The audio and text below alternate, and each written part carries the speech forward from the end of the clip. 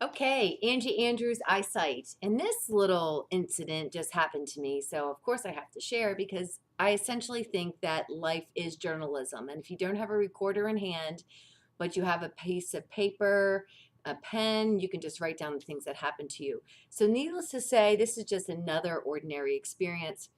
And I was minding my own beeswax, and I had a lull of like 3 hours or so. And I'm like, oh, yeah, I have this preventative doctor that I was recommended to see. And because things are not always perfect in my body because of psychosomatic illness and traumas from the past, it probably would be good for me to like nip this in the bud and make a phone call. So I called, left a message, and I was having a struggle with being sworn in at the courts. So, with all of my time volunteering as an advocate for children, I discovered that it really is a hot mess. That very much our court system, our welfare children's system is majorly interlaced with our education system. And I find it all to be crap. And really, I don't see where I will have much leverage into making a difference because, in fact, when DFACS comes in and takes a child out of the home, it's a trauma, but how is it any more traumatic than a child living under a roof of cray cray? Drug abuse, domestic violence, sexual abuse. So I think that's again another part of the world system where they're like, it's the worst thing for a child to be taken out of their home. No, it's the worst thing for their child to be taking in all of the nuts through their senses. So it was rubbing me raw, and I was like, peace out. I'm done. I'm not going to do this thing. It's just not really speaking to me because I feel like I'm just bound by red tape, and I already don't like rules and regulations. I know. Scofflaw is pretty much my middle name. 4th of July is happening right out there. So, train of thought. Dang. Oh, okay. So I wanted to purposely schedule this doctor's appointment so that I could kind of miss out on dealing with the rigmarole of the courts and all of their regulations and me having to be there at a certain time. So I said, yeah, let's just schedule it smack dab in the middle of the day. So there's potential that I might not make it back to do this, and then I'll have my answer because I struggle with making decisions because of my own abusive past. So I basically let things get really pathetic and absolutely overbearing before I just let it fall apart. And then my decision is made for me. But God did not allow that to happen. So I'm en route. It's an hour away. I go into the city for my doctor's visit and I show up. And on my way there, I'm calling my insurance. And I'm like, look, I need to make sure that this visit is covered because I want to list this chick as my primary care, and I'm going to be seeing holistic medicine's a lot more expensive. I don't want to be, stuck with a major bill. And they're like, well, we don't know what to tell you. We can't find her in the system. Go in and talk to the secretary. Well, I had already had a few conversations with the secretary and I anticipated meeting her. And I said, look, I want to make sure that this, is going to be covered before I leave this office. I need to make sure that you've done the communication that you need with my insurance company. And she's like, okay, yeah. Strangest thing is that the nurse practitioner, the nurse, I guess the intake nurse, was talking about the doctor that I was going to be seeing and talking about it right in front of me. And it was pretty unprofessional. And I'm just thinking, this is way too much information for me to know. But thankfully for you, I'm cool and who I am. I know I represent Holy Spirit. So, Lord, what is it that you want me to like kind of feel, sense, and know about this situation? Because they were holding nothing back and it was absolutely inappropriate. I would probably be fired if I talk like this about any of my crazy circumstances that I had in any of the schools because, the truth hurts. But I knew that truth was being revealed. So in rolls this guy, Pharma, not my favorite people. And he's like trying to talk to them to get in before my appointment that I drove an hour for, that I have limited time for if I really want to get back and do my business and my responsibilities with the courts. So he's like now talking to the doctor, who I just see is a very timid, quiet girl, and my personality already, is more boisterous than hers. So he looks at her and he said, have you ever heard of blase blah? And she's like, no. And he's like, well, that's good. Let me tell you a little about it. And I'm like, excuse you, just for a memento. I'm here. because I am paying for my time with this doctor. And it took me an hour to get here, and you can get in line behind me because gone are the days in holistic medicine where you get to jump in with your pharma pitch and put me to the wayside. I'm not at a conventional doctor's office. And the doctor looked at him and she looked at me and she's like, and you are? I'm like, I'm your next patient. Okay, we good? Good. I looked at him and I'm like, dismissed, scooted on. Oh, not going to go well for him. So I was allowed to have my visit.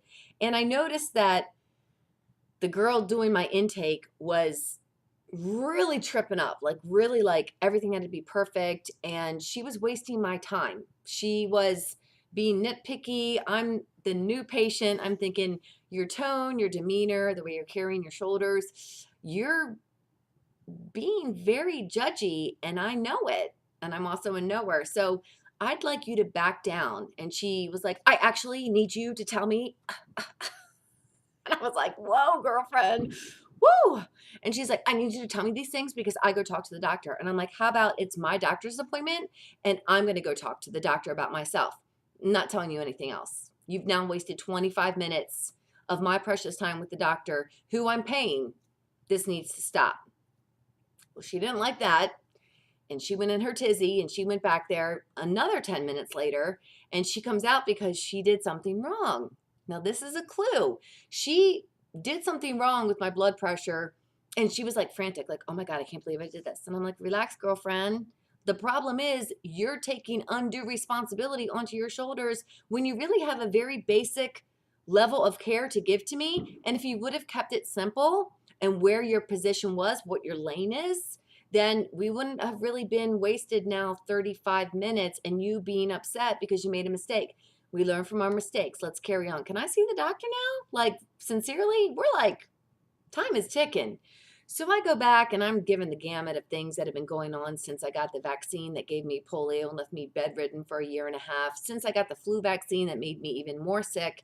You know, all these things I'm going against conventional medicine on because I'm here because I want to prevent further illness, which means I'm not going to pop a pill. I don't need a Xanax. I'm good with opiates. Thank you very much. I've not done street drugs. And this girl looks at me and she's like, do you know Jesus? And I'm like, what? And what? In the past hour that I've told you tells you that I would not know Jesus. I'm like, do you not know that he and I are thick as fleas? Like, we're like this. Yes, I know Jesus, but it was fantabulous because she prayed for me. And I was just moved to tears. I was like, this is just too cool. This chick rocks. We're going to like address some issues that need to be taken care of before I get 50. We're leaving, right? And lo and behold, I had a feeling. And secretary comes to me and she's like, problem is your insurance isn't taken at this office. And I'm like, that is a problem because that would mean that you guys need money that I don't have. And that is a big deal considering I called on my way here and I asked you before I scheduled my appointment. And there's been multiple times where you have been able to help me. And now you're telling me my bill is how much? $335. Of course it is. Of course it is. Well, we got to make a phone call, do something. And I prayed out loud and I addressed some of the things that I had already seen in the office that is completely nuts. It's very disheveled. And so I prayed for each of the little nurse intake girl and the secretary. And I said, ladies, you're going to have to meld together and work a little bit better in your office, unless you want to hire me to like put things in a row, all your ducks in a row. But this is inappropriate that I know now the ins and the outs and I'm a brand new patient and you've already shown me that nothing's really cohesive. But because Holy Spirit fell on me in that piece, I simply prayed for the doctor. I prayed for the two of them. And I'm like, it just so happens that the Lord provided. So I'll be willing to cover you because that's called grace. And I'll pay for this visit. But I'm going to need you to understand that had it been anybody else, I don't know that it would go as peacefully or as smoothly because most people would be pitching a fit to come out of pocket for something that they tried to make sure wasn't going to be an issue in the first place. But the look that I got from that doctor, looking me square in the eyes, And she was so grateful because it would have been her rear end to answer to somebody else. And in reality, she's like Joseph in Potiphar's camp, where she's been given the keys to the kingdom because the doctor that's really in charge doesn't want to be there anymore. So, full circle, I walked out of there because I was going to be very late for court. And I was just expecting God to move major mountains. He covered my bill on this. I got to order some supplements that were still on credit, basically down from heaven. And I roll up into court, and there was not even a blink of an eye. And I'm an hour and a half late. And they're like, hey, how's it going?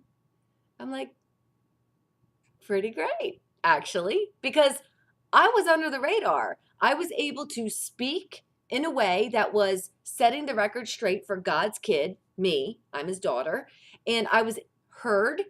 I was acknowledged. He still hooked me up and covered everything. And I had favor and mercy and grace rolling into that camp an hour and a half late as if nothing was wrong. And I get to be sworn in on time with everybody else as a healthy court advocate.